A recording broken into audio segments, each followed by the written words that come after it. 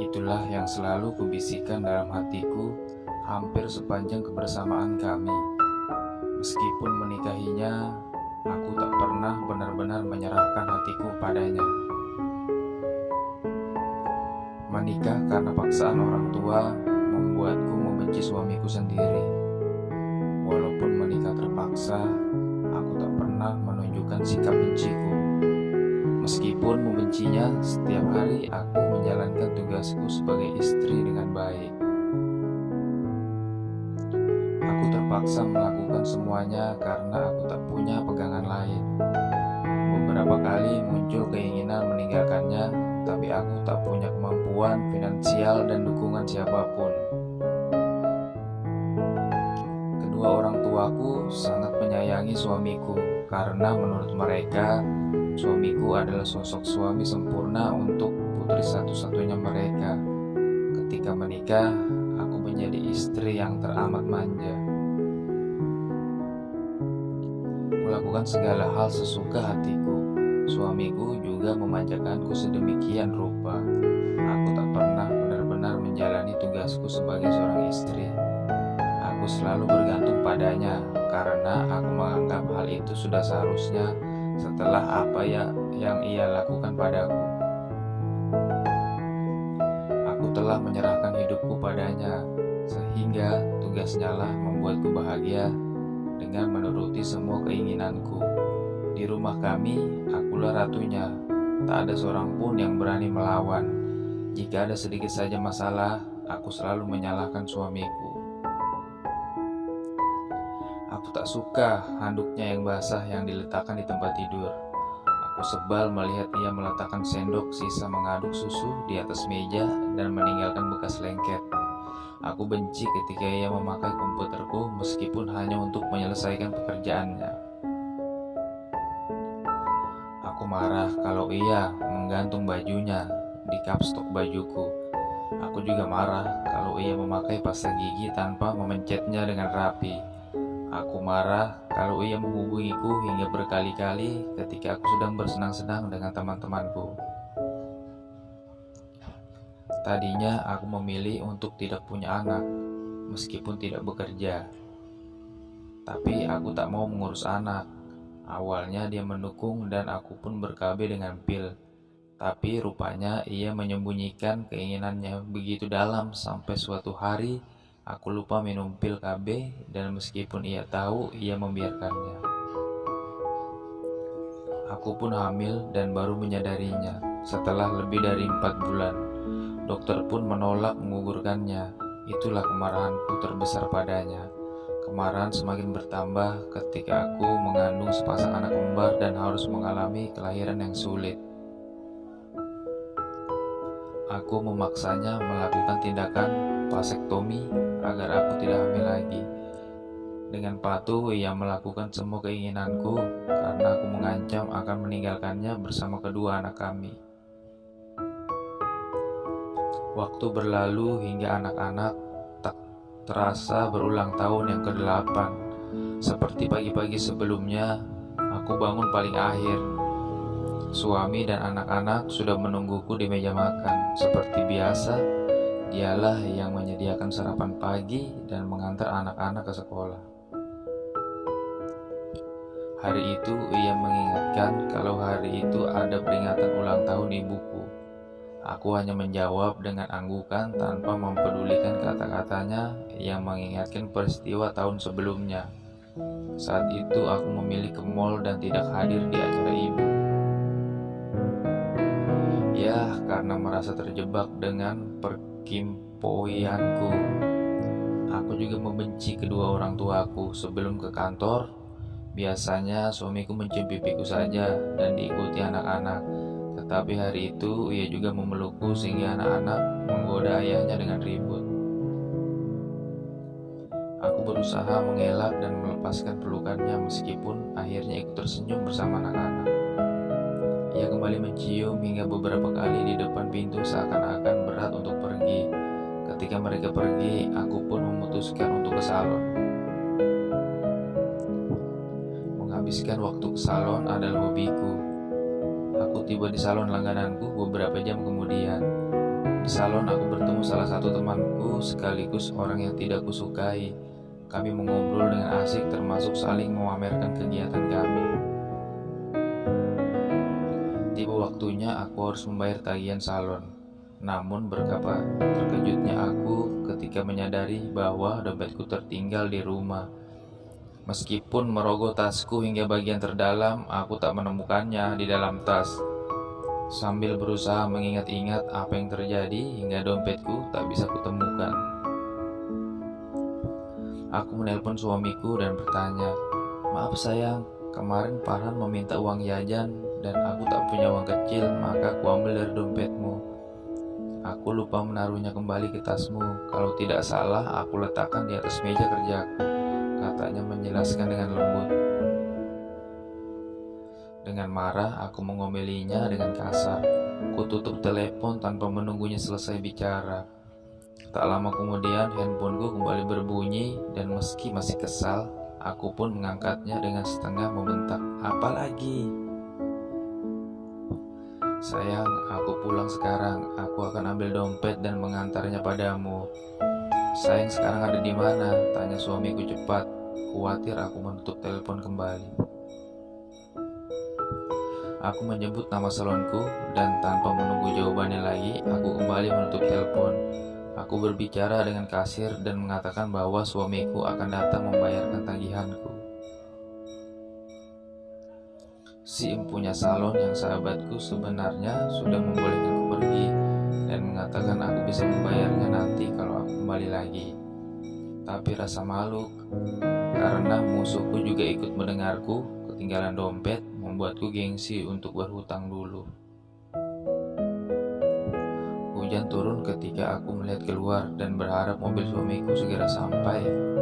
Menit berlalu menjadi jam. Aku semakin tidak sabar sehingga mulai menghubungi handphone suamiku. Tak ada jawaban meskipun sudah berkali-kali ku telepon. Padahal biasanya hanya 2 kali berdering teleponku sudah diangkatnya. Aku mulai merasa tidak enak dan marah. Teleponku diangkat setelah beberapa kali mencoba ketika suara berantakanku belum lagi keluar. Terdengar suara asing menjawab telepon suamiku. Aku terdiam beberapa saat sebelum suara lelaki asing itu memperkenalkan diri. "Selamat siang ibu, apakah ibu istri dari Bapak Armandi?" Ku jawab pertanyaan itu segera. Lelaki asing itu ternyata seorang polisi. Ia memberitahu bahwa suamiku mengalami kecelakaan dan saat ini ia sedang dibawa ke rumah sakit kepolisian. Saat itu aku hanya terdiam dan hanya menjawab terima kasih. Ketika telepon ditutup, aku berjongkok dengan bingung. Tanganku menggenggam erat handphone yang kupegang dan beberapa pegawai salon mendekatiku dengan sigap bertanya, "Ada apa?" hingga wajahku menjadi pucat seputih kertas. Entah bagaimana akhirnya aku sampai di rumah sakit. Entah bagaimana juga tahu-tahu seluruh keluarga hadir di sana menyusulku. Aku yang hanya diam 1000 bahasa menunggu suamiku di depan ruang gawat darurat. Aku tak tahu harus melakukan apa karena selama ini dialah yang melakukan segalanya untukku. Ketika akhirnya setelah menunggu beberapa jam, tepat ketika kumandang azan maghrib terdengar seorang dokter keluar dan menyampaikan berita itu. Suamiku telah tiada. Ia pergi bukan karena kecelakaan itu sendiri. Serangan stroke lah yang menyebabkan kematiannya. Selesai mendengar kenyataan itu, aku malah sibuk menguatkan kedua orang tuaku dan orang tuanya yang shock. Sama sekali tak ada air mata setetes pun keluar di kedua mataku. Aku sibuk menenangkan ayah, ibu, dan mertuaku. Anak-anak yang terpukul memelukku dengan erat, tapi kesedihan mereka sama sekali tak mampu membuatku menangis. Ketika jenazah dibawa ke rumah dan aku duduk di hadapannya, aku termangu menatap wajah itu. Kusadari baru kali inilah aku benar-benar menatap wajahnya yang tampak tertidur pulas. Kudekati wajahnya dan kupandangi dengan seksama. Saat itulah dadaku menjadi sesak. Teringat apa yang telah ia berikan padaku selama 10 tahun kebersamaan kami.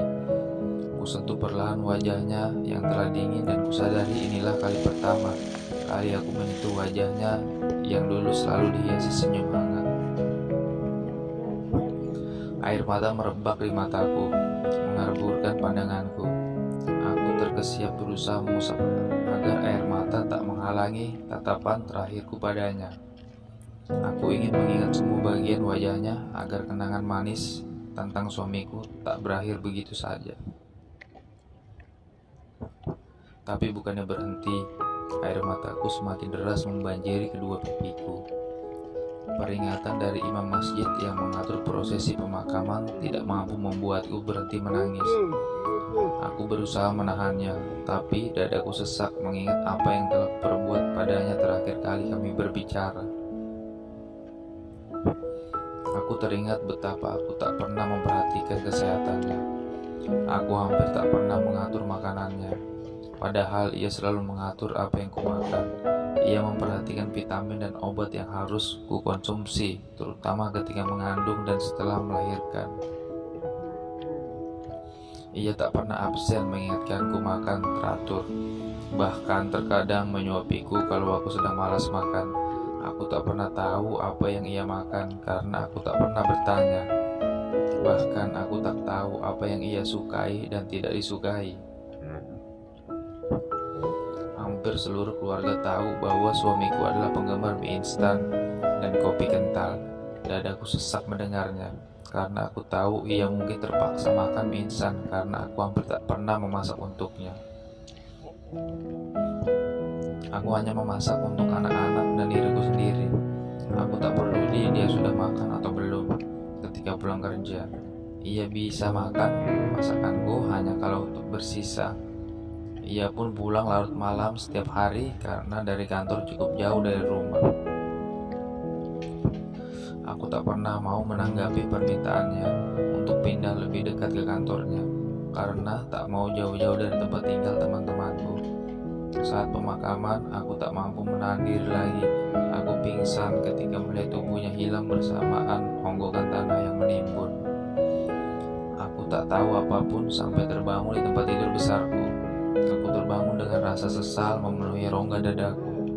Keluarga besarku membujukku dengan sia-sia karena mereka tak pernah tahu mengapa aku begitu terluka kehilangan dirinya. Hari-hari yang kujalani setelah kepergiannya bukanlah kebebasan seperti yang selama ini kuinginkan, tetapi aku malah terjebak di dalam keinginan untuk bersamanya. Di hari-hari awal kepergiannya, aku duduk termangu memandangi piring kosong. Ayah, ibu, dan ibu mertuaku membujukku makan. Tetapi yang kuingat hanyalah saat suamiku membujukku makan kalau aku sedang mengambek dulu. Ketika aku lupa membawa handuk saat mandi, aku berteriak memanggilnya seperti biasa, dan ketika malah ibuku yang datang, aku berjongkok menangis di dalam kamar mandi, berharap ia yang datang. Kebiasaanku yang menelponnya setiap kali aku tidak bisa melakukan sesuatu di rumah, membuat teman kerjanya kebingungan menjawab teleponku. Setiap malam aku menunggunya di kamar tidur dan berharap esok pagi aku terbangun dengan sosoknya di sebelahku. Dulu aku begitu kesal kalau tidur mendengar suara dengkurannya, tapi sekarang aku bahkan sering terbangun karena rindu mendengarkan kembali.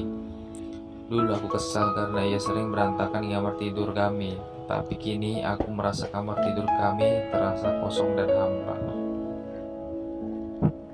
Dulu aku begitu kesal jika ia melakukan pekerjaan dan meninggalkannya di laptopku tanpa melopot. Sekarang aku memandangi komputer, mengusap tuts-tuts berharap bekas jari-jarinya masih tertinggal di sana. Dulu aku paling tidak suka ia membuat kopi tanpa alas piring di meja. Sekarang bekasnya yang tersisa di sarapan pagi terakhirnya pun tidak mau kuhapus. Remote televisi yang biasa disembunyikannya sekarang dengan mudah kutemukan meski aku berharap bisa mengganti kehilangan dengan kehilangan remote. Semua kebodohan itu kulakukan karena aku baru menyadari bahwa dia mencintaiku dan aku sudah terkena panas cintanya. Aku juga marah pada diriku sendiri. Aku marah karena semua kelihatan normal meskipun dia sudah tidak ada. Aku marah karena baju-bajunya masih di sana, meninggalkan baunya yang membuatku rindu. Begitu banyak perhatian dari keluarga untukku dan anak-anak. Teman-temanku yang selama ini kubela-belakan hampir tak pernah menunjukkan batang hidung mereka setelah kepergian suamiku. 40 hari setelah kematiannya, keluarga mengingatkanku untuk bangkit dari keterpurukan. Ada 2 anak yang menungguku dan harus kuhidupi. Kembali rasa bingung merasukiku. Selama ini aku tahu beres dan tak pernah bekerja. Semua dilakukan suamiku. Berapa besar pendapatannya selama ini, aku tak pernah peduli. Yang kupedulikan hanya jumlah rupiah yang ia transfer ke rekeningku untuk kupakai keperluan pribadi, dan setiap bulan uang itu hampir tak pernah bersisa. Dari kantor tempatnya bekerja, aku memperoleh gaji terakhir beserta kompensasi bonusnya. Ketika melihatnya, aku terdiam tak menyangka. Ternyata seluruh gajinya ditransfer ke rekeningku selama ini.